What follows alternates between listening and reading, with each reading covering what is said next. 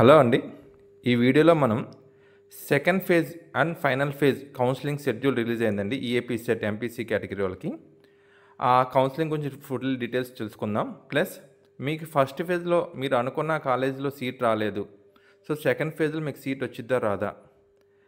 And ఒకవేళ మీకు seat allot అయింది కానీ ఆ సీట్ అలాట్ అయిన కాలేజ్ మీకు నచ్చలేదు. సో మీరు సెకండ్ ఫేజ్కి వెళ్తే మళ్ళీ మీకు మంచి కాలేజ్ సీట్ వచ్చిద్దా రాదా?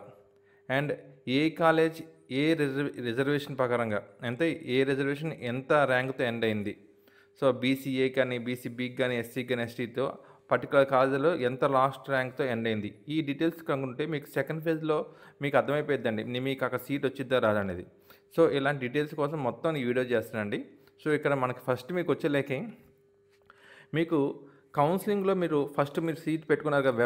వెబ్ కౌన్సిలింగ్ చెప్పాను, నేను ఆల్రెడీ వీడియో కూడా చేశాను. వెబ్ ఆప్షన్స్ పెట్టుకునేటప్పుడు కంపల్సరీగా మీరు ప్రయారిటీ అనేది చాలా ఇంపార్టెంట్ అండి. సో ఫస్ట్ మీరు యూనివర్సిటీస్ పెట్టుకున్న తర్వాత మీరు అనుకున్న కాలేజ్ పెట్టి మీకు సీట్ అలాట్ అవ్వదండి. సో ఇప్పుడు ఏంటంటే అండి, ఫస్ట్ ఫేజ్లో ఆల్మోస్ట్ అన్ని కాలేజెస్లో మీకు అన్ని సీట్స్ మొత్తం ఫిల్ అయిపోతాయండి. మంచి మంచి కాలేజెస్ మొత్తం సీట్స్ మొత్తం ఫిల్ అయిపోతాయండి. కానీ ఇక్కడ ఏంటంటే ఫస్ట్ చాలామంది డ్రాప్ అవుట్స్ ఉంటారండి. అందరూ జాయిన్ అవ్వరు, అందరు రిపోర్ట్ చేస్తారు తప్ప అడ్మిషన్ అయితే అందరు తీసుకోరండి. సో కంపల్సరిగా 100 సీట్స్ ఉంటే నా ఎక్స్పీరియన్స్ ప్రకారం చెప్తానండి, minimum 20 to 25 seats drop outs ఉంటాయండి. అంటే మీరు సెకండ్ ఫేజ్లో ఈ డ్రాప్ అవుట్స్ మీకు ఉంటే కంపల్సరీ మీ సీట్ అలాట్ అయ్యిద్ది.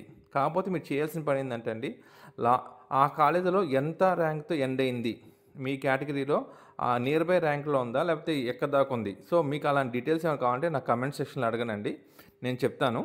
ఏ కాలేజ్ డీటెయిల్స్ అయినా నేను చెప్తానండి. సో మీ రిజర్వేషన్ పరంగా ఆ కాలేజీలో ఎంత ర్యాంక్తో ఎండ్ అయింది. ఫర్ ఎగ్జాంపుల్ నా ర్యాంక్ 40,000 అండి, ఆ కాలేజ్ 39,000తో లాస్ట్ సీట్ ఎండ్ అయింది అనుకోండి, మీకు చాలా ఎక్కువ ఛాన్సెస్ ఉంటుంది సీట్ సెకండ్ ఫైనల్ ఫేజ్లో మీకు సీట్ అలాట్ అవ్వడం కోసం. సో ఇలాంటి డీటెయిల్స్ మొత్తం నేను చెప్తానండి. అండ్ రిమైనింగ్ సెకండ్ ఫేజ్లో మీరు కాలేజ్ నచ్చింది, అక్కడ మీకు ఎలాంటి పేమెంట్ చేయకుండా మీకు సెకండ్ ఫేజ్కి వెళ్తే సీట్ వచ్చిద్దా?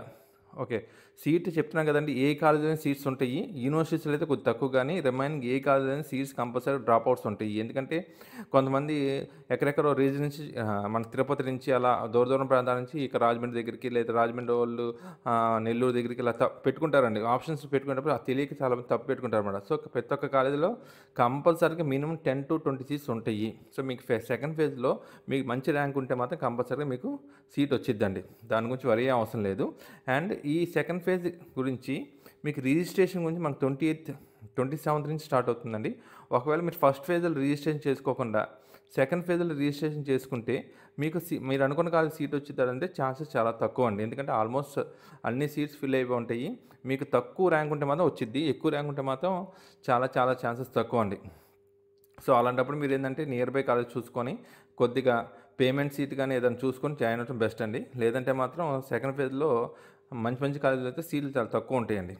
తక్కువ అంటే మీన్స్ చెప్పిన కానీ డ్రాప్ అవుట్స్ సీట్స్ ఉంటాయి. 100 సీట్స్లో 20 సీట్స్ ఉంటాయండి. రిమైనింగ్ 80 ఫిల్ అయిపోయినట్టు కదండి.